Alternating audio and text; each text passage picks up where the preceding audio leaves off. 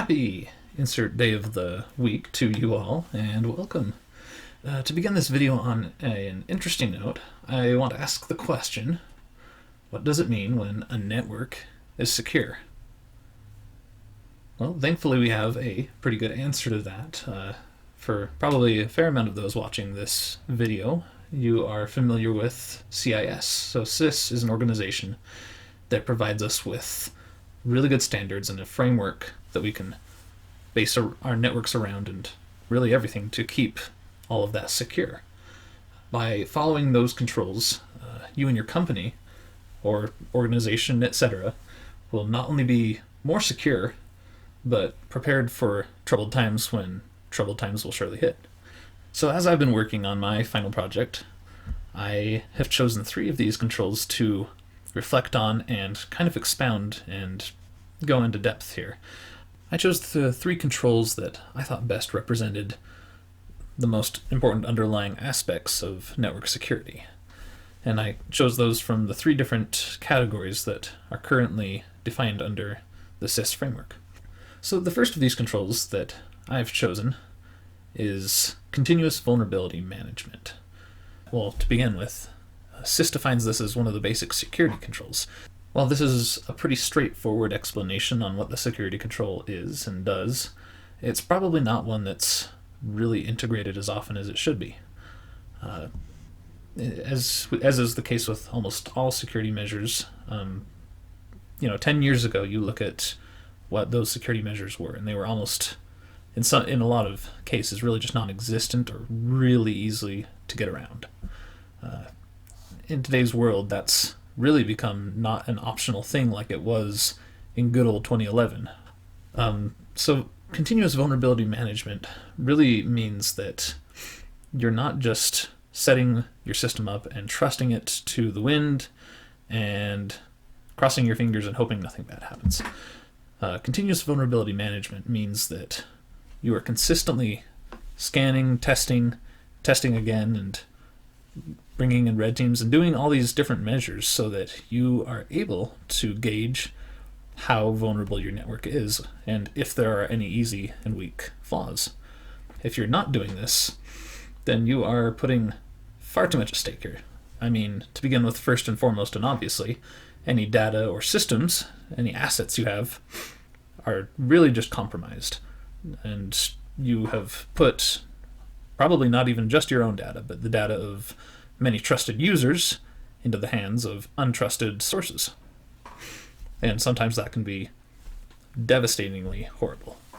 Which goes on to the next really bad thing, is that, especially in the case of businesses, you put your reputation well on the line when you are not continuously scanning for vulnerabilities and making sure that all things are up to date. So this measure, like I said, this measure can be implemented with a number of ways. There's different programs out there that scan systems, whether that be computers or networking devices, etc. And these scanners, especially the better of the class of these scanners, are well maintained and updated so that new and emerging flaws and features that are found can be patched. But programs aside, at the end of the day, it's also really just good practice to sometimes put it into practice. Bring in a physical human and see what kind of hacking and intrusion can be accomplished just based off of human interaction with the system. And so that's continuous vulnerability management in a nutshell. The next control that I want to talk about is incident response and management. So this control in the CIS framework falls under the organizational category. So, I don't think this control would probably be the most important when compared to all others. I still think that it deserves a place in the most important category, because especially in the role of business and organizations, it plays a really vital part in keeping security controls from getting worse, and it becomes indispensable when incidents do occur, and they will occur.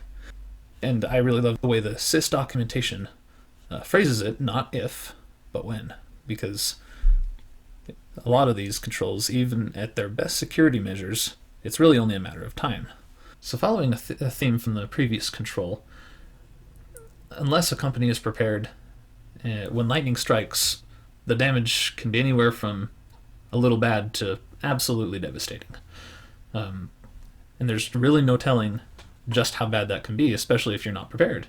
So every security framework and legal constraint really require this to be in place, especially when you're dealing with people's personal information and especially sensitive and especially classified information. Reputation almost becomes the least of your problems as you climb that ladder. But in any case, it's a really important control to implement. So in speaking in the ways of how to implement this, it can be a little bit ambiguous in some ways. But that's actually kind of to an advantage. It's not necessarily every company has to do this and this in this time, and that's the way it is for everyone. There's certain standards that say it does have to be within such and such. But it's kind of left up to company definitions and policies and procedures to how that is handled, in what time that should be handled, given the time constraint of certain security frameworks out there.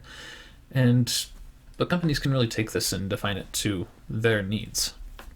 So first of all, the plan should be in place for any employee to know about how to report an issue when one arises. Being able to stop a problem before it happens, really, or at least before it reaches full fruition, can really make all the difference.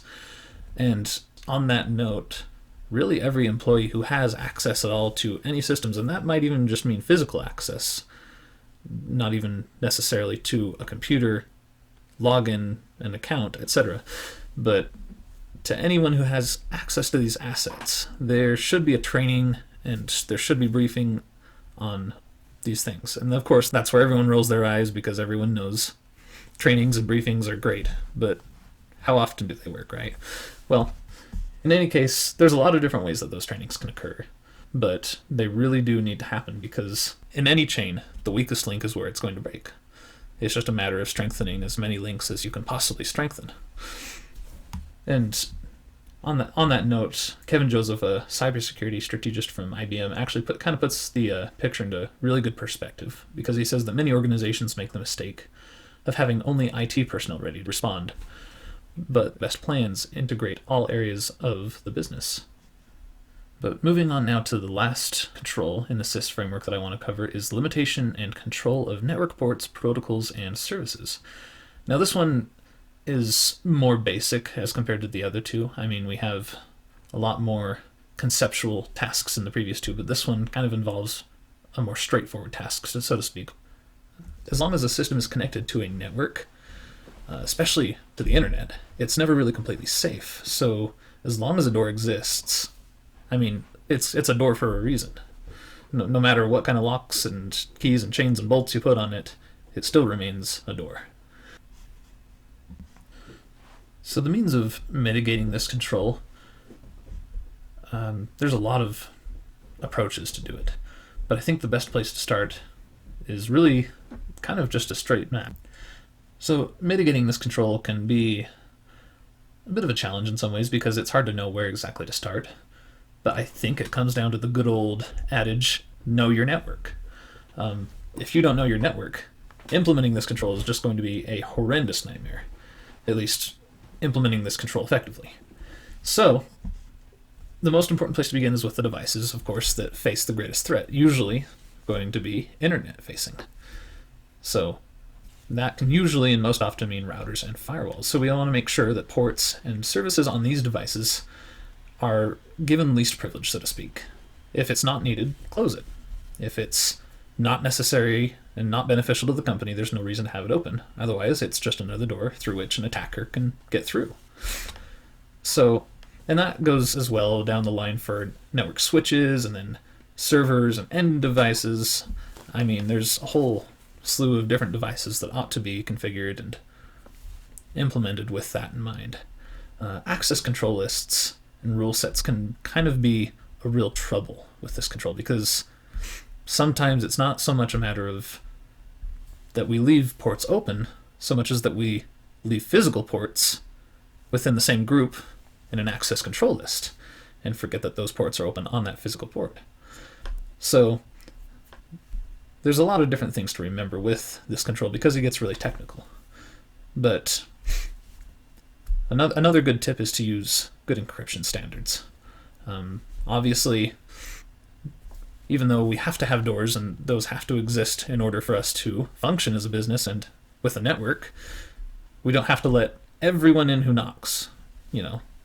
Obviously we have trusted sources and passwords and methods so that we can keep out bad guys as well as we can.